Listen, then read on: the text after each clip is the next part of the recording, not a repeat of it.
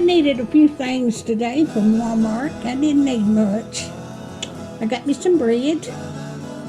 I got me 5 pounds of ground chuck. I needed some flour and some cornmeal.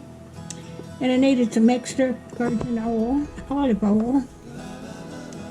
And I like grape juice. That Welch's grape juice is the best. Now I've got a new recipe that it's a snack. It's a grape barbecue meatballs, and you cook them in the slow cooker. So this is the recipe I'm going to make today, and it'll go out in about 2.5 weeks. But you'll all wait. You will see this before you see the one that I'm going to make. But this is what I've got today.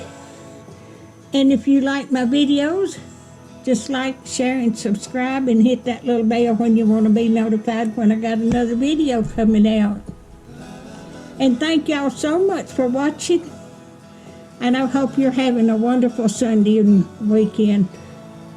It's pretty here today. And I'm still working on that quilt over there. I've got it laid out on the kitchen dining room table. But that's my haul for today.